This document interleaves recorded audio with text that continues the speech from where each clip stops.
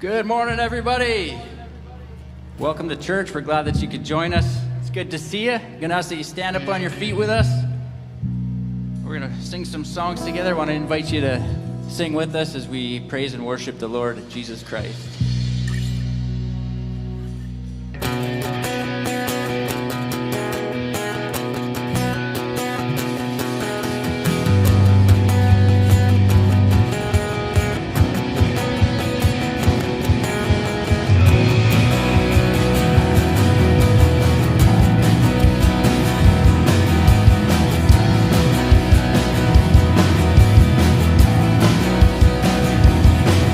Let the Holy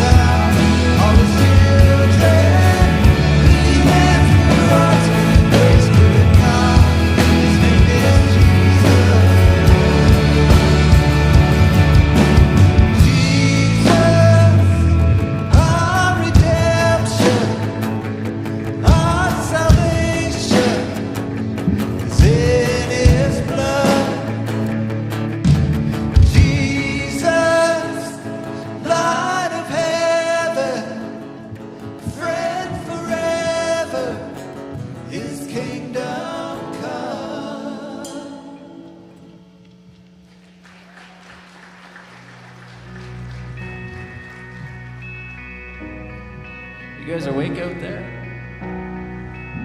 Kind of looks like you're sleeping. So we're gonna do one of these. I want you to stretch it out a little bit. Let's wake up. Isn't this your favorite day of the year? Hey, you know what? It's just so good to be here with you guys. So I'm glad you got out of bed this morning, glad you made it. At this time, as we start this next song, I want you to go around and meet some people that you never met before. Go shake some hands, be brave, put yourself out there a little bit.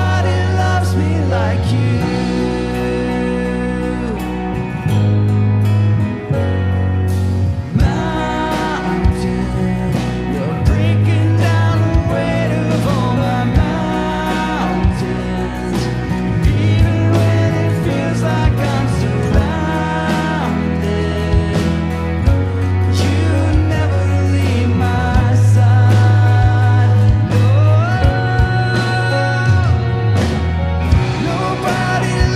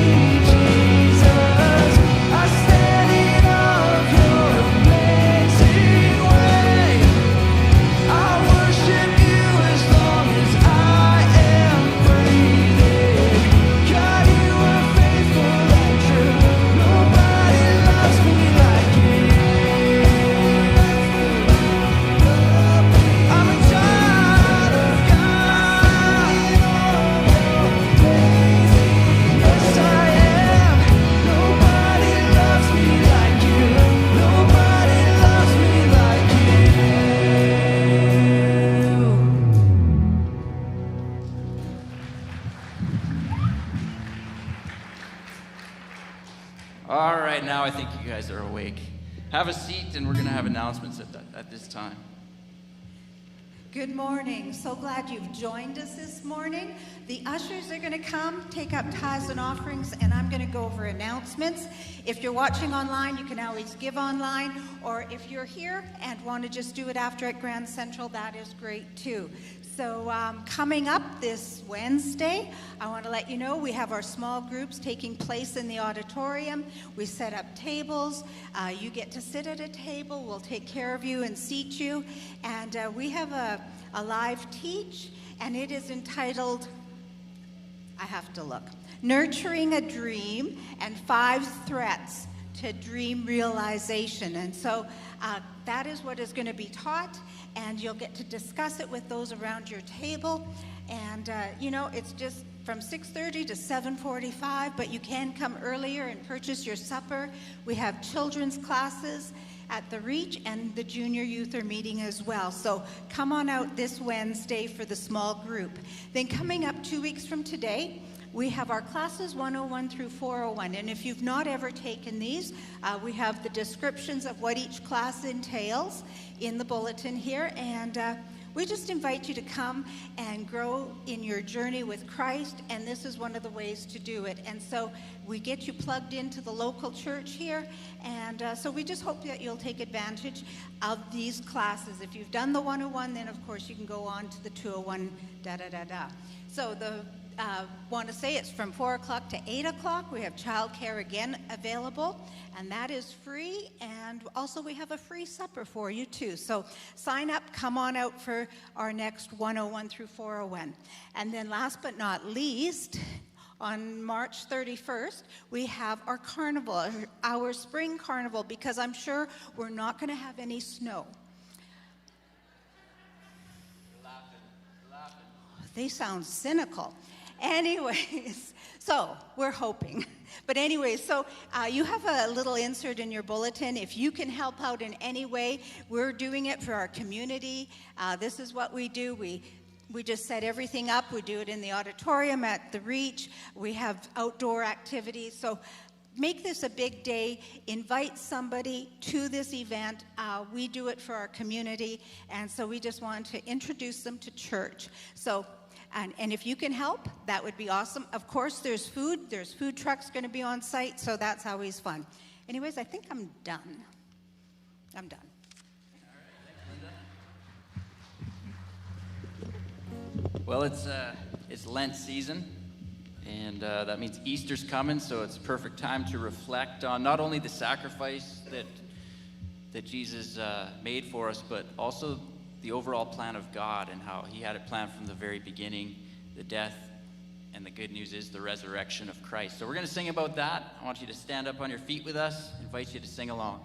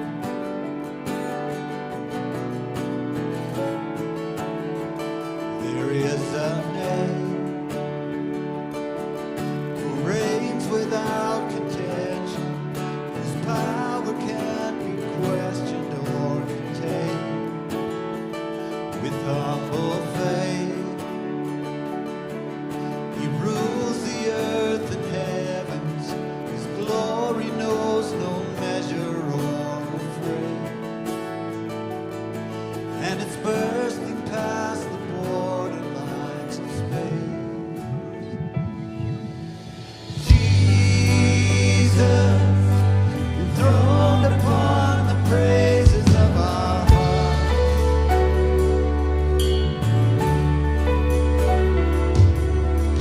Jesus, you're the King and you're the center of it all. There is a name reaching past the margins, calling sons and daughters back to Him. And as He saves, we can hear the roar of heaven. Prodigals are coming home again. Oh, the triumph of His name will never end.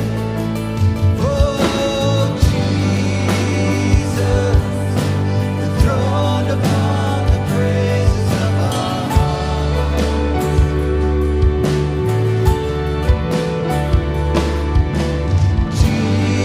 Jesus, you're the King and you're the center of it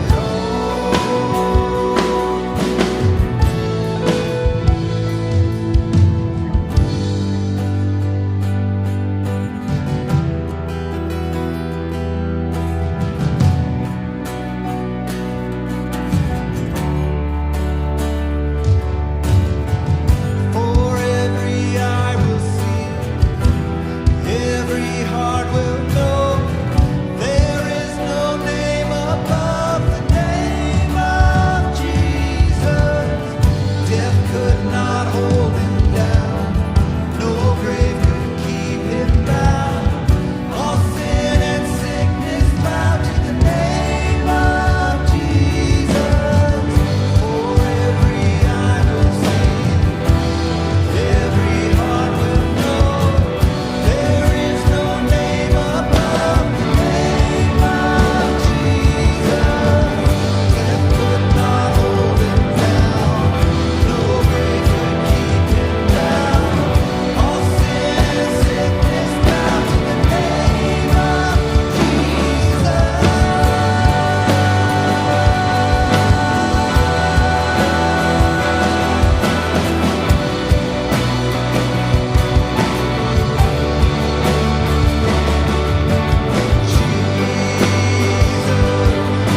Enthroned upon the praises of our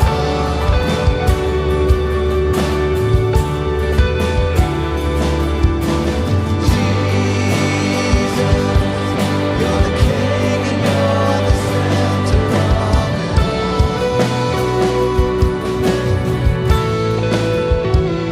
There is a name who reigns without contention, whose power can't be questioned or contained. With humble faith, He rules the earth and heavens. His glory knows no measure or refrain, and it's bursting past the borderlines of space.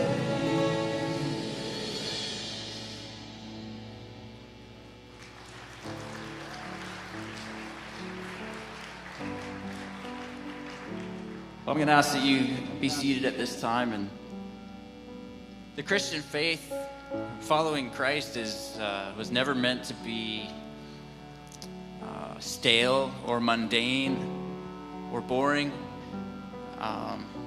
Following Christ is meant to bring complete fulfillment, and it's meant to be exciting. It's meant to be like a roller coaster ride. And I guess the best word to describe it is adventure.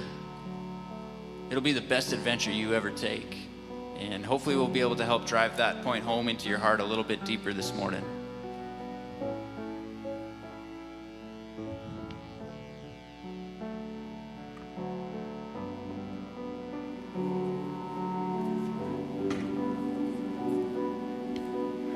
One day, as Jesus was walking along the shore of the Sea of Galilee, he saw two brothers, Simon, also called Peter, and Andrew, throwing a net into the water, for they fished for a living. Jesus called out to them, "Come, follow me, and I will show you how to fish for people." And they left their nets at once and followed him. A little farther up the shore, he saw two other brothers, James and John, sitting in a boat with their father Zebedee, repairing their nets. And he called them to come too. They immediately followed him, leaving the boat and their father behind. Jesus traveled throughout the region of Galilee, teaching in the synagogues and announcing the good news about the kingdom. He healed every kind of disease and illness. News about him spread as far as Syria, and people soon began bringing to him all who were sick. And whatever their sickness or disease, if they were demon-possessed or epileptic or paralyzed, he healed them all. Large crowds followed him wherever he went. People from Galilee, the 10 towns, Jerusalem, from all over Judea, and from the east of the Jordan. Matthew 4:18-25, New Living Translation. When Jesus saw the crowd around him, he instructed his disciples to cross to the other side of the lake. Then one of the teachers of religious law said to him, "Teacher, I will follow you wherever you go." But Jesus replied, "Foxes have dens to live in, and birds have nests, but the Son of Man has no place even to lay his head." Matthew 8:18-20, New Living Translation. The thief's purpose is to steal and kill and destroy. My purpose is to give them a rich and satisfying life. John 10:10, New Living Translation.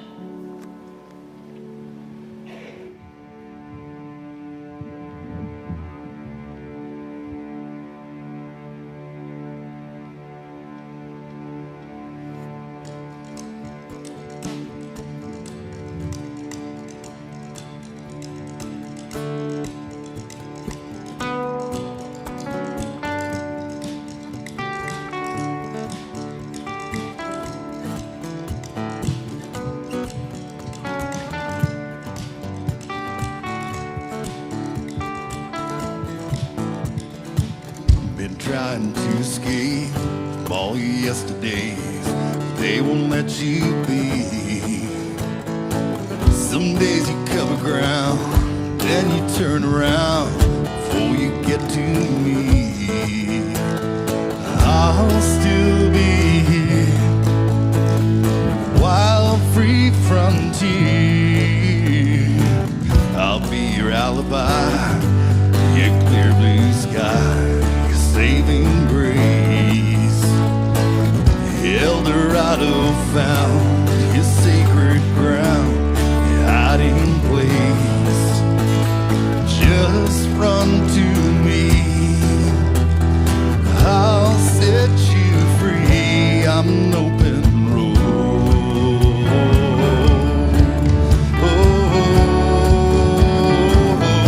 I'm an open road.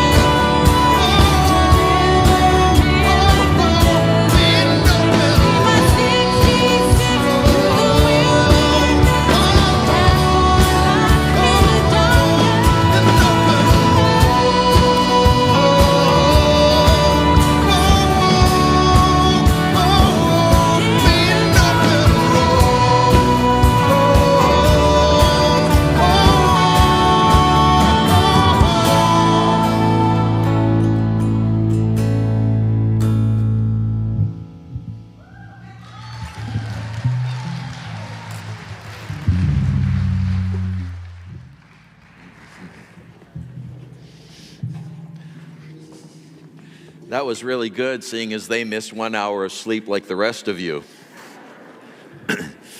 They tell us that this might be the last year of time change. I was going to ask your opinion. So how many are glad that this may be the last time change that you go through? How many say, no, I want that hour back in the fall? No? Okay. So let's do one more little, I like to do this on this time change thing. So how many here, if they do keep it permanent, let's just say stable, if they keep it that way, how many here want it to be standard time? That's it? How many here want it to be daylight saving time like now? How many just don't care?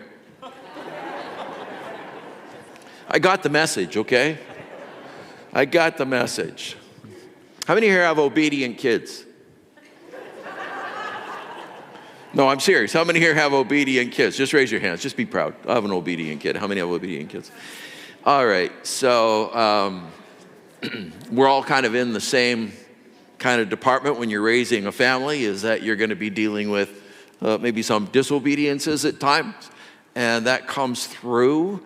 I want to tell you a little story to start about obedience, and I'm borrowing this from a friend of mine, and he stuck it in his book, and it's a story by just about obedience. Let me read it to you. A mother asked her son to take the trash out to the curb for the city to collect it.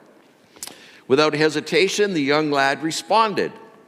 Many parents could only wish their children were that obedient. This boy learned obedience from an early age. Before the mother realized, the boy grew up to become a fine young man. He was now taking courses at the local university and still living at home. How many know that that's not so unusual? He was a blessing to a single mother and always willing and obedient. Whatever his mother told him to do, he ungrudgingly did it. One particular morning, the young man was late for his class, and as he was rushing out the door, his mother asked him to take the trash can to the curb for the city to pick up. His books in one arm, the trash can in the other, he dashed out the door. He ran across the shaggy lawn, jumping over the tangled hoses left from summer watering. He joined other students on their way to the same university. This all appeared very well, but something was missing and overlooked. When he returned home that evening, for a brief moment, he thought that he was at the wrong address. The lawn was mowed, the hoses were neatly rolled up and put away, the hedges were trimmed, and the entire yard was manicured neatly. He knew no one else could have done this except his busy mother. As the young man hurriedly entered the house, he saw his mother busily preparing for what appeared to be a large dinner. Unexpected company was due to arrive that evening. Feeling badly about his weary mother having to do all that yard work, he said something that indicated his level of maturity. The young man said to his mother that she should have told him to mow the lawn, trim the hedges, and neatly store away the hoses. He emphasized his concern again and again. Just tell me, and I will obey. He really meant it.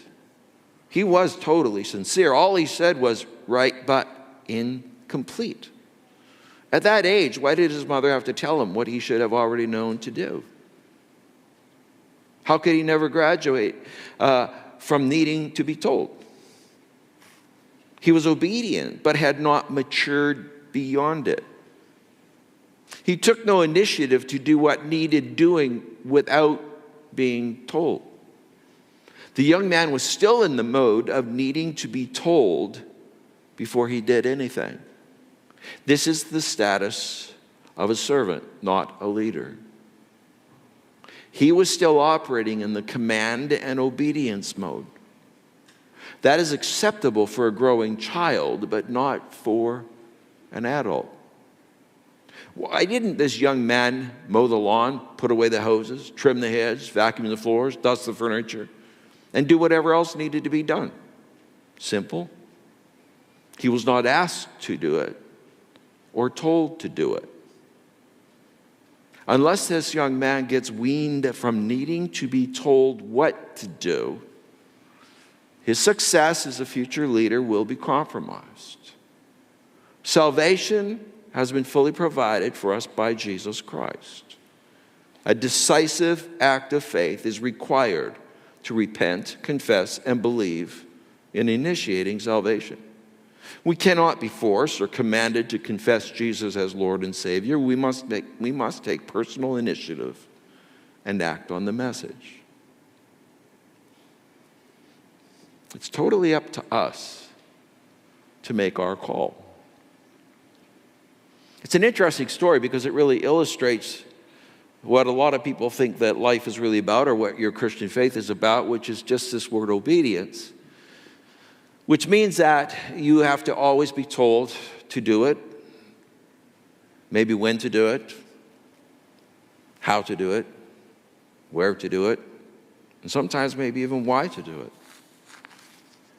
I want to spend some time in a particular parable of Jesus that really talks to us about that kind of limited way of living out our faith. This parable was told not long. It was either within Easter week itself or just before the Palm Sunday. Both are recorded in different ways. So it's right in the framework here. The disciples have been walking with Jesus for some time now. And they were basically like command people. When they got command, they did what they were told. And that's how they kind of functioned. But Jesus was soon going to be crucified, resurrected, and then after that, he was going to return to heaven and leave them. And leave them with the biggest job description possible. You're going to go into all the world. You're going to be my witnesses all around the globe. And in essence, they accomplished that because it's said of them, these are the men that turned the world upside down. I was visiting with a friend from India recently who is a physio in town here. And as I was visiting at this dinner with him, he was talking about a city that his folks live in, that it's a city where it is believed by tradition, it's really solid, that Thomas, the apostle, made it all the way down to India. They even have a place where they say he is buried on the top of this mountain. It's a really incredible story because that is an amazing journey for them to take, especially in those days. So what is it about the disciples that made them one day apostles? What had to change? Here they are left without a bunch of big to-do or how-to lists, and they go ahead and they get the job done. There's a time when obedience is good, there's no question. It has to be the framework, the foundation, the very structure that everything else gets built upon. But where does it lead you? What opportunity does it create? What adventures can be had? So the story that I want to talk to you about is found in the book of Matthew, chapter 25. And it's a story of a wealthy master. And this wealthy master, he planned this lengthy business trip. He calls his 3 best servants in, and he gives them various amounts of money. And he gives them the responsibility to look after it while he's gone. So he basically gives them all of his wealth. He divides it between them. They're called talents, is what they're called. Now, a talent is not just giving them $20 or $200 or $2,000. A talent is basically equal to 1,000 days of work. Just one talent. It's a denarius. We find it earlier, 5 chapters earlier. A denarius for a day of work. And a talent is 1,000 denariuses. Do you know what that adds up to in our world? About 1.4 million in every talent, just one talent given. About 1.4 million Canadian, because I looked up the average wage. And do you know, that's an amazing amount of money. And then, so you've got one that's given 1, one that's given 2, one that's given 5. So from 1.4 to $7 million, depending what they possessed at the time. More or less, This is to typify Jesus leaving. And he's setting the disciples up and saying, guys, I'm leaving you with big resource. I'm leaving you with some amazing capabilities. You got resources. He uses money in this one because money is a world that's got such structure we can understand value points very quickly. And he says, I'm leaving you this, but he has left you other things. He has left you the resource of your time and your energy and the giftings and the capabilities that you've got. He has left you your natural wiring. He has left you a lot of very good things. Very good things. And the question becomes, what are we doing with that? That is the obvious question. He's gone. He's not there to command us anymore. He's not there to tell us. A thing he didn't tell these guys in this particular distribution moment was that they were being tested. But the end of the story tells us that. They were being tested. Not as servants per se, but he uses these words at the end for those that really did well. Be a ruler. I want you to come and be a ruler with me. I want you to come and be a partner with me. I want you to come and he even uses the word king with me. More or less, he's saying, you're going to be moving from this servant area and taking all of the heart and mind of a servant into very influential roles. And when you take that into influential roles, you're going to be doing it in partnership right with me. And he's saying, he didn't tell them, you're being tested to see if you're going to move beyond just an obedience and become a steward of all of the good stuff that I have put in your life. See, the master understood this very, very well.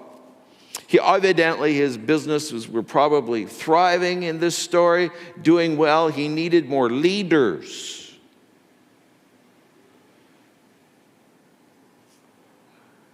The master understood that those that are leaders are self-starters. These are people, they don't need to be told what to do. They evaluate what needs to be done. It's like that young man. I mean, he just couldn't cross over to evaluate what needs to be done.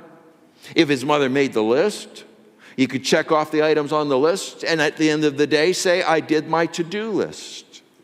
Oftentimes we can do that even in such important roles as parenting or in marriage, and we can do this. We just check it off. I did this today. I did this today. The to-do list is not meant to be the end.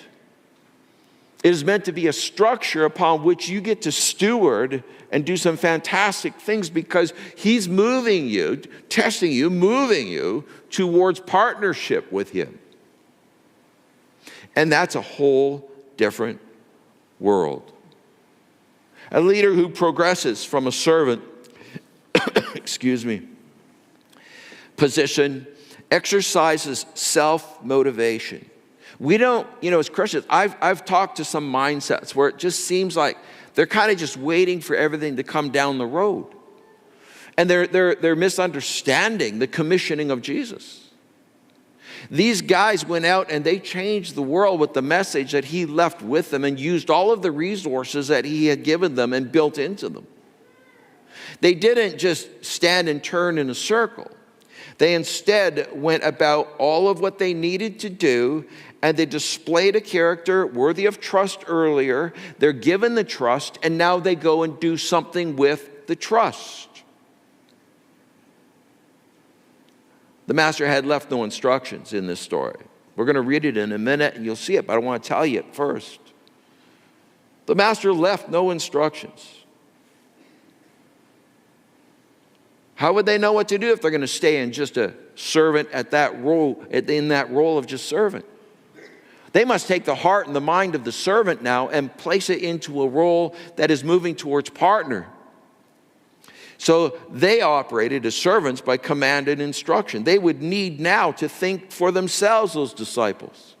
They would need now, these guys that were given this money, they would need now to make decisions and be accountable for those decisions. They would need to take personal initiative And they would need to do something with what they had been given and what God had placed in their charge. And they could not just sit back and say, well, you didn't leave me a to-do list. You didn't leave me just a way that I would know this is what I'm supposed to do, and I'll check off the list, and when you come back, here it is. He left it to their personal initiative, to their own motivation, and he said, you go, and I want you to do some thinking, I want you to do some decisions, and I'm going to bringing you accountability. You know, sometimes when we're praying, it seems like heaven may not be answering. But maybe there's a little good truth here to understand when that's happening. Sometimes heaven is waiting for action. Sometimes heaven is waiting for him to actually trust you and say, come on, let's just do this. Get moving. We can't sit and wait for something to happen or wait for others to make it happen. That is not good enough, because each of them would be evaluated individually. Their lives and their decisions and their thinking would be tested, and it would be the results, the fruit of that would be judged. He would be making the accountability. So after a lengthy absence, the master returns. These 3 servants are called to give an account of how they had managed the talents, the great sums of money. This time it was not an accountability of their obedience. That had already been tested. You see, when he first called them, he says he's given them to his servants, that he's tested, he's tried. As servant, they've passed. They're good on the to-do list. They passed. That's why he gave them the money. So they were first proved as good servants. But now he's not testing whether they're good servants. He would never have given them the money if they were not. Instead, now he is testing their motivation. He's testing what motivates them. See, if his love for the master and the pleasure of the master, they're going to do whatever is needed so that when the time of accountability comes, they know that they have exercised their stewardship really well, and that they've done everything to make sure he would be pleased because they love him. He's testing their motivation. What are you motivated by? A to-do list can hide very selfish motivations. Selfish motivations like comfort. A to-do list is sort of just that checklist, and that can hide things, folks, and we need to be aware of that in our lives. We've been called to a little higher responsibility and stewardship of what God gives us. There was no list for these guys. They had to come up with their own to-do list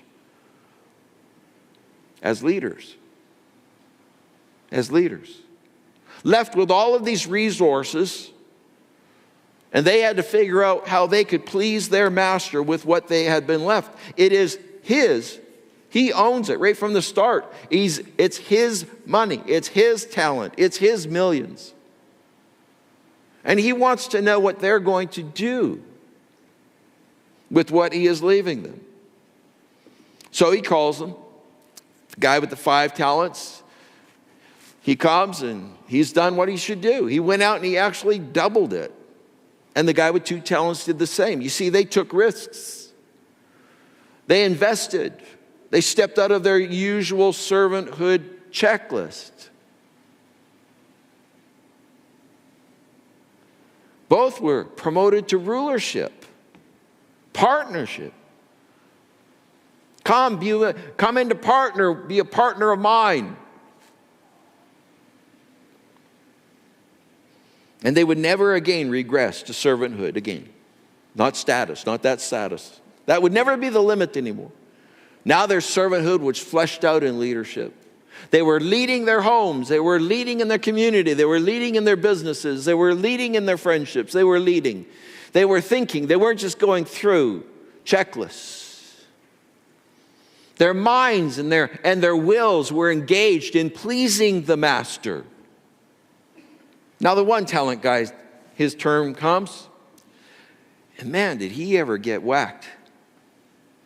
He really did. But he started off blaming the master, attacking the master's character. He said, I know that you're a hard man. That man, you sow, you reap where you don't sow. Like you're just a man that if you want it, you get it. You do it.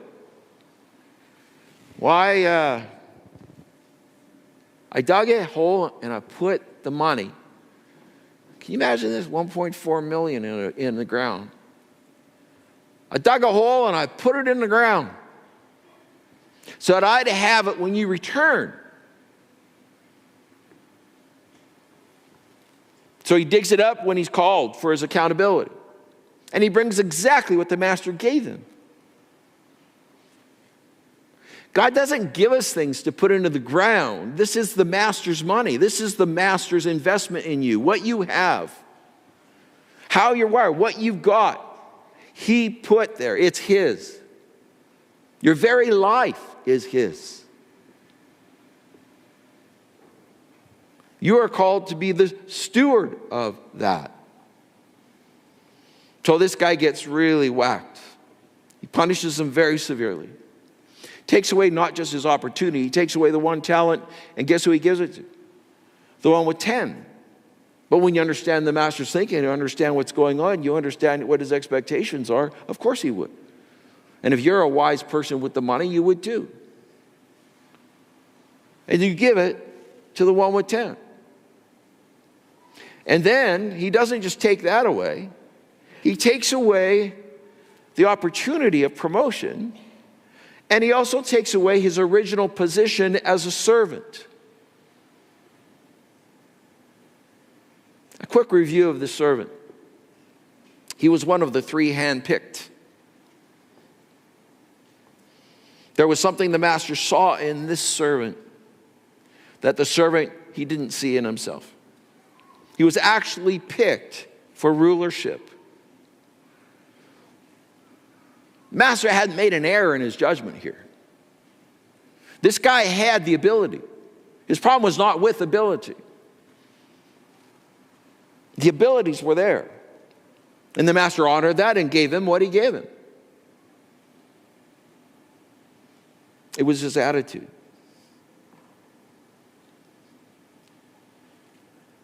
What changed the master's, or what changed this guy's attitude towards his master? Oh, we really don't know for sure. We get a little indication. A man of fear.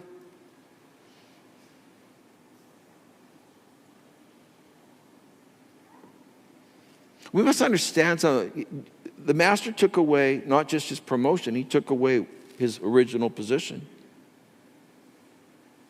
Because when you're challenged to present with an advance that you can present, that he presents to you and say, I want you to go forward here.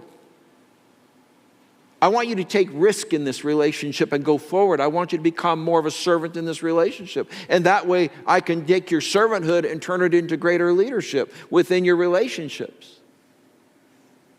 I want you to advance in this.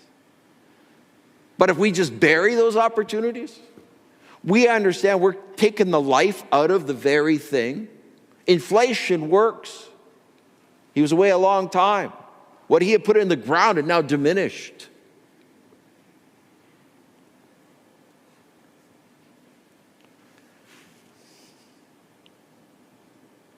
Oftentimes, I think we miss this as believers. The positioning that God has given us. When things are removed from our life, like he removed from him in this servant, his servanthood and his opportunity. When he does that, oftentimes it's just simply because of our refusal to go forward. And then we think we can go back.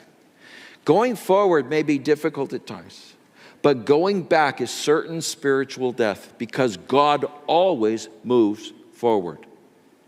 He's never moving your life back to where it was. He's never going to lead you back to where you've come from. He's always leading you on from where you are. He's always promoting forward. Let's go. Let's go forward. When we turn and we go back, that's us. And spiritual death comes. And that means that we're not experiencing that life that we read about in John 10:10. We're not experiencing that.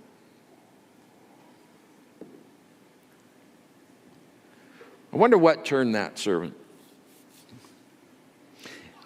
Let's just take a little bit of an educated guess. The servant might have took it as an insult that he was given one. And then his other buddy over here was given 2, and then the other buddy was given 5. They would have been a tight group. These are hand-selected top servants in all of the businesses of this particular man, wealthy man. And I just got one.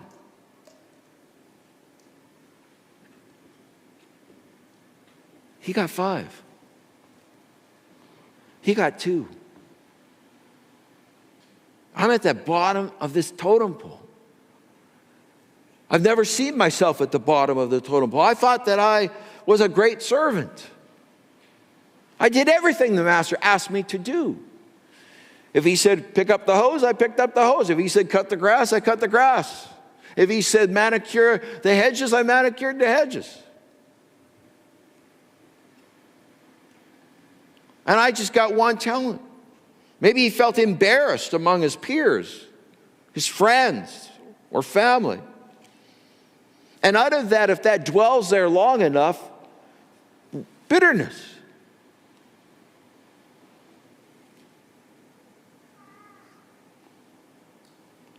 You know, bitterness and anger, unchallenged in our life, become something of a great, can we say, weight that keeps us from really going forward. And that's why God will deal with it in your life and in mine very aggressively when it's there.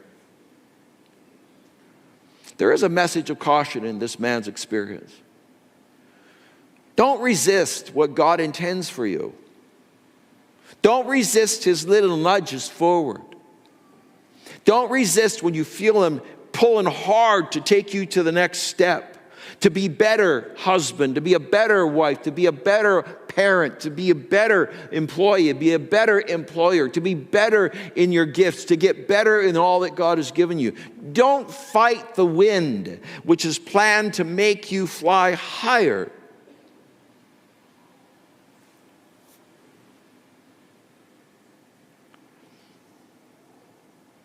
Esau ran from Jacob. If you know the story.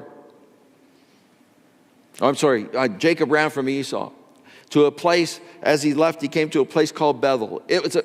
Just means the house of God. He saw on there a stairway to heaven, angels coming up, angels coming down, and it became a holy place. Still is today, considered that. He would never have experienced what he did if he didn't move forward. If he would have stayed and just fought with his brother. Pharaoh pushed Moses into exile. But in exile, he experienced God face to face. He experienced this amazing time with God. And he became a mighty deliverer. Joseph's brothers sold him. But he didn't know it at that time, but he was leaving a place where famine would soon come to be a part of a palace that was plenteous. In fact, he was going to be used to rescue his family who sold him. If the servant with one talent would have dealt with the offense, whatever it may have been, he could have been as successful as his friends, or maybe even more so. It's not how much you got, folks. It's what you do with that. So very many people feel that they've been shortchanged in some area of life.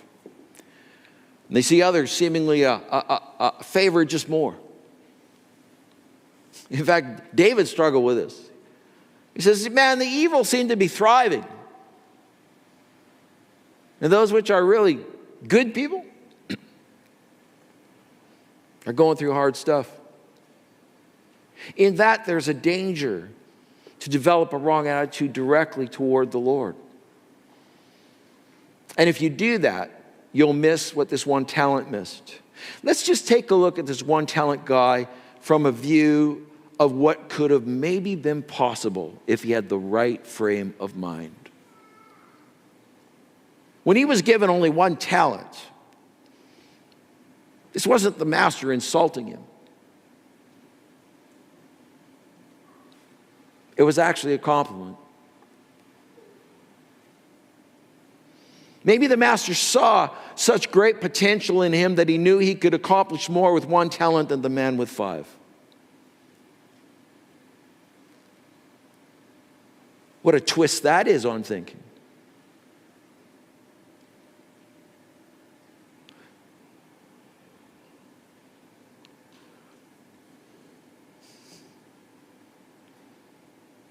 He had the ability to make 10 out of 1 maybe. But we'll never know. See, others required more to reach an intended goal. One needed 2, one needed 5. Maybe this one only needed a little to produce a lot. See, that's what miracles are. Miracles are not performed with much, but with very little. When there is only an impossible little, God, who makes all things possible, is attracted to that. He always makes a lot out of a little. He never needed much to do a lot. A widow in the Old Testament had meal and oil every morning simply because she obeyed what the prophet said to her to do. Another woman in the Old Testament had her jars of oil filled, and she was able to sell those jars of oil and make an amazing change to her life. The loaves and the fishes, which we covered last week a little bit, is just something from so little. This is God's work. This is his miracle work. This is his DNA. Jesus is saying that we are never limited with the little we receive. You say there's just a little left in this relationship. There's just a little left of this in me. There's only a little left. I don't have great talent. I don't have that which seems so overtly talented that other people would say, "Ma, you are so talented." We're limited when we get the wrong attitude. You may only have a little tiny seed to sow, but God increases. He multiplies it. We've got stories about him breaking nets, fishing, when they caught nothing up to that time. We've got stories of him filling granaries to overflowing.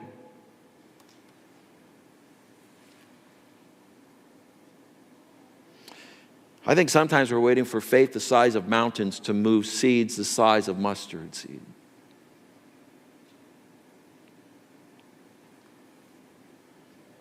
And God says, I'll take the faith of a mustard that size, and we'll move a mountain. It's not the normal way to think. But since when is the Christian in a normal thinking pattern when it comes to their faith? Because all things now become possible. This guy with 1 is missing an amazing opportunity. And if a right frame of mind, it would be like, wow, okay, he got 2, he got 5. With 1, I know. Look, Master put the confidence in me. He gave me this. He's put confidence in me. I'm one of the 3. I'm going to go out there and I'm going to beat those guys. He couldn't get there. He just couldn't get there. He did not have an ability problem. He had an attitude problem that paralyzed God's given potentials. I think very much it's important for us not to insult the Master's high expectations of us. He believes you can do more with little than some others will do with much. You say, I've only got a little. Wow, what an opportunity. What an amazing opportunity you have for God's miraculous, supernatural, sovereign presence and power to produce. But you must get out of the blame game, blaming God, blaming others. And you got to take responsibility squarely, just squarely on your own shoulders. And every morning that you get up and don't be so concerned about the size of what you got. In fact, the smaller it is, just see it as a greater opportunity and now begin to move into that opportunity. See, everybody's got a lottery mindset. Fill my accounts, God. Just bring it to me. Just bring it to me. And God's not that wired that way. God is going to say, look, I want a little bit of faith from you, and we're going to do some pretty big things here. I'll look after the increase, but you have to give me something that more than just a checklist that you're checking off. You have to give me something beyond that. You have to give me a willingness to show initiative. You have to give me a willingness to do what I need. In fact, there are 7 principles that I want you to give me. I want you to understand and live in these 7 principles. You'll fill in your blanks really quickly. You ready? Number 1, ownership. In this story, we find that the first principle comes up is God owns this stuff, like whatever he's put in. So whether it's little, middle, or big, who owns it? God. Who put it there? God. Who gave it to you? God. Whose is it? It's God's. Jesus was going on a big trip. Verse 14 of this particular story says, for the kingdom of heaven is like a man traveling to a far country who called his own servants and delivered his goods to them. Ownership. The second is allocation. Verse 15, and to one he gave 5 talents, to another 2, and to another 1, to each according to his own ability, and immediately he went on a journey. So he just allocates 5, 2, 1, and he says, you've shown ability here, here, here, good. But that one guy, all he needed, just faith. See, your abilities is not the end of the story. Your faith is. Accountability. Verse 19, after a long time, the Lord of those servants came and settled accounts with them. There is an account settling time. There is. And some of you are thinking, oh, I just wish I would have heard this maybe 10 years ago or when I was younger, and then I could. You're in the investment time now. You are in your window right now. It's not over. You still got all the time you need to do something with whatever you have. You say, but actually, I don't even have much. Great. We've expressed this. That is not a problem. That, in fact, is a great opportunity for faith to match up with your ability. 4 is utilization. In verse 16 through 18, then he who had received the 5 talents went and traded with them and made another 5 talents. And likewise, he who had received 2 gained 2 more also. But he who had received 1 went and dug in the ground and hid his Lord's money. Whose money? His Lord's money. Utilization. 1 buried it, other 2 utilized it. They were able to double what they were given. That's a big double in the millions. So the guy with 7 approximately is around 14. It's not a bad turnover. And another big thing that you got to bring in the principle and live this one out is initiative. If you're walking over uncut grass and stumbling over hoses that need to be wrapped up in life and put away, and you have some work to be done in the yard, and you've got company coming that night that you might not know of, but you are going to do it because you see it. You trip over it. You have to walk through that grass, and you take the initiative and you do something about it. Same, verses 16 through 18. They went and did something. They took initiative. They didn't sit. 3 types of fear. Why we don't take initiative. 3 types of fear. Self-doubt. I don't have this ability. I can't do that. Self-pity. Tried it. I tried it. Didn't work. I tried it. Self-consciousness. What will they think? What would my parents think? What would my siblings think? What would my friends think? What would they think?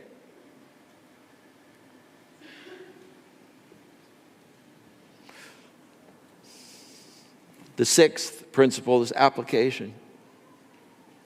Verse 28, so take the talent from him and give it to him who has 10 talents. Application means God is going to put his presence, his power, his blessing behind the ones that are showing the initiatives, that are taking advantage of things. They've checked off a servant list. They've got a heart and a mind of a servant, but now they're willing to be leader. They're willing to take the risks of thinking and deciding and investing and doing what they can with what they've been given. And that's why he gave the 1 talent to the guy who has 10. And the final principle is compensation. His Lord said to him, well done, good and faithful servant. You have been faithful over a few things. I will make you ruler over many things. Imagine this. This guy's known nothing but a to-do list. These 3 have all come from the to-do list world. And then 2 woke up to the opportunity and said, man, I got some stuff. It might not be much, but I've got some stuff. I can do something here with what the master is giving me. I'm not afraid of it. I want to be a partner with the master. So I'm not going to be afraid of the master. I want to be in partnership with him. His Lord said to him, I'll make you ruler over many things. Enter into the joy of your Lord. Very powerful. Now I know that this particular message is not going to light you up in the sense of just kind of feel-good message. This is a message to challenge the decisions that you're making about the owner's resources, about the opportunity that is there. Whether your Christian faith is a little bit too much of the checklist, and I've checked off all of the right things, but at the same time, I'm missing the big opportunity in life.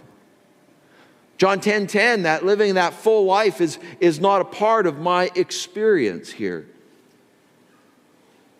Then you need to take up the adventure of thinking, investing, praying, acting, putting things into the risk category, challenging the fears, not letting them rule the day or compensate them in some way and only take a half a step when he's saying take the step. These disciples were about to take on an amazing assignment. They didn't realize it. They really didn't have a complete picture of what was about to happen. They didn't even know when it happened.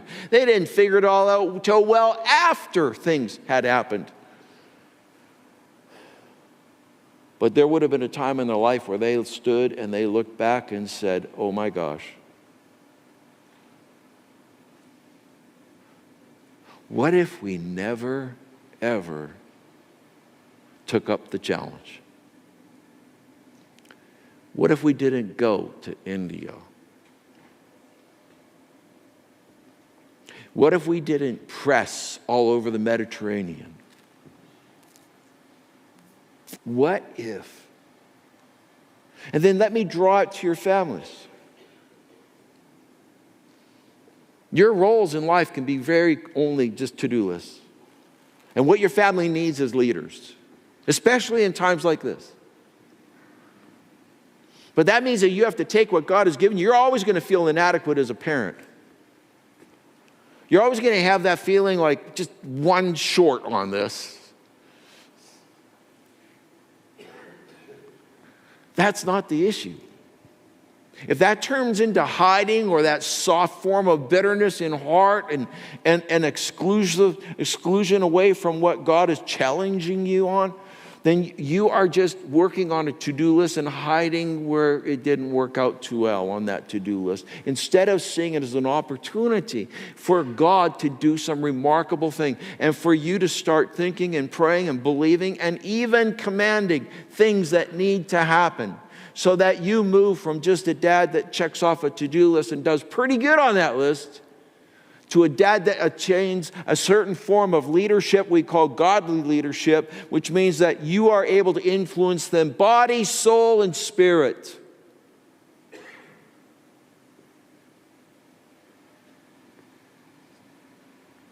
You didn't just prepare them with good health, good dental appointments. You didn't just prepare them with good education. You didn't just prepare them with good emotional balance. You didn't just prepare them that way. You got to the level of spiritual leadership in their life that they look at you and they have a real picture of how good it is to follow God and how good it is to take what you've got and do something remarkable with it and trust Him in achieving great things through you. Oh, it upgrades everything, every role, every opportunity.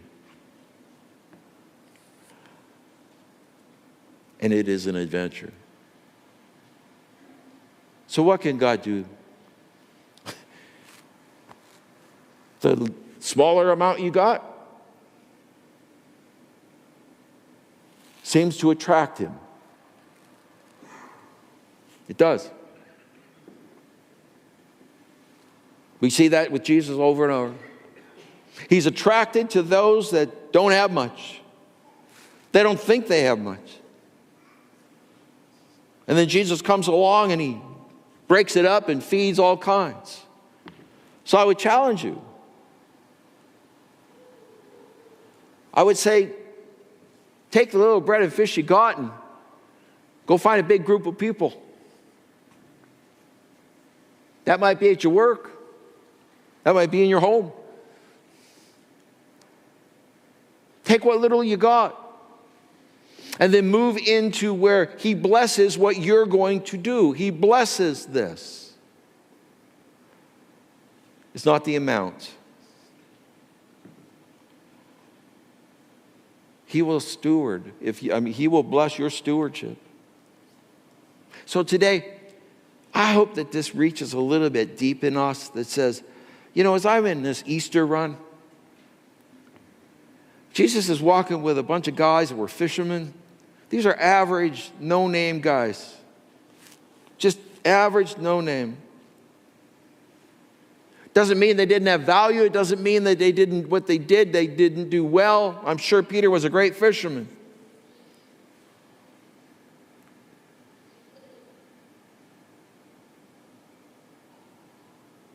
These no-name guys, Jesus turned into apostles, leaders of a movement that still today is capturing the world. Now, I know that's big, and it's taken a couple thousand years to get here. But let me say this to you today. Just in your own realm, He's constantly wanting and testing you to see, will you move beyond the to-do list in this? And will you move into partnership? Will you go and risk and invest? Will you take fear out of the driver's seat? Will you allow me to increase your life? Because that's what the resurrection is all about.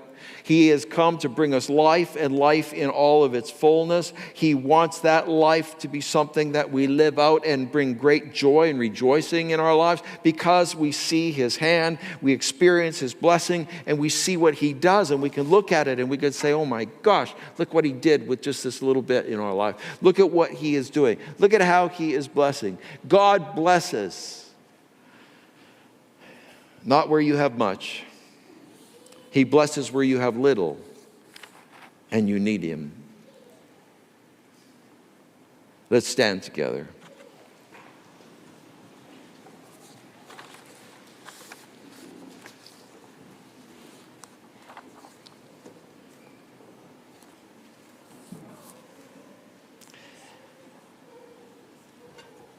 Father, as we bow our heads before you today, we might feel like we just don't have a whole lot. We might feel like we burned everything good in our lives even. We might feel, Lord, that what was good is long gone. We might feel, Lord, that we were behind the door when they were passing out these kinds of gifts. We just didn't get it. But we did. We may have the 1, the 2, or the 5. In essence, the 1 has been given the greater opportunity, in a way, for faith.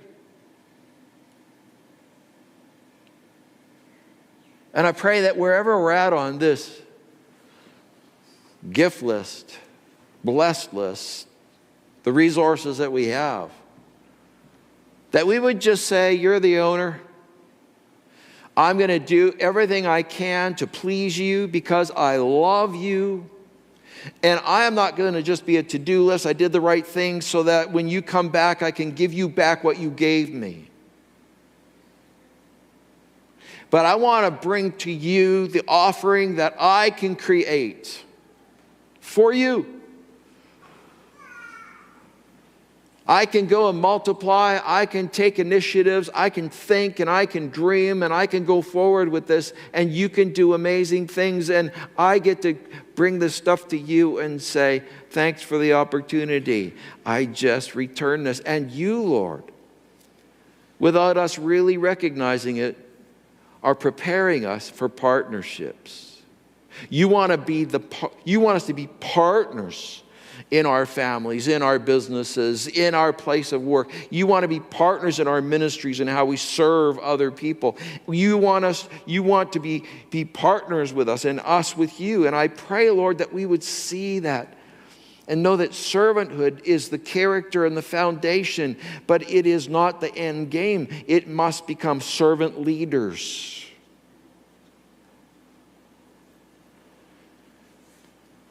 We're now leaders.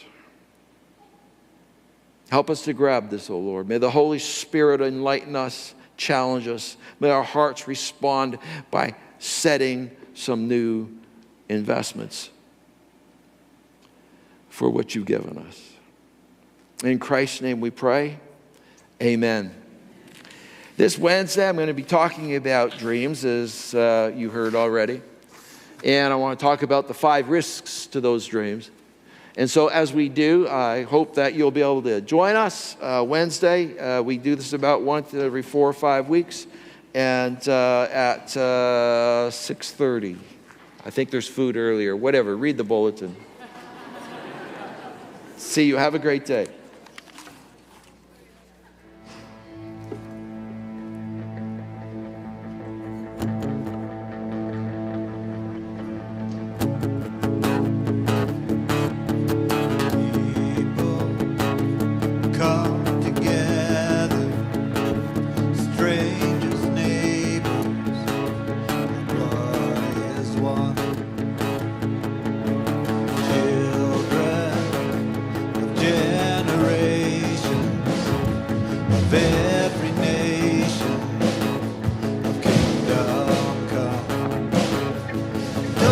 Your heart be troubled. Hold your head up high, don't fear no evil. Fix your eyes on this one truth. God is madly in love with you. So take courage, hold on, be strong. Remember where our help comes from.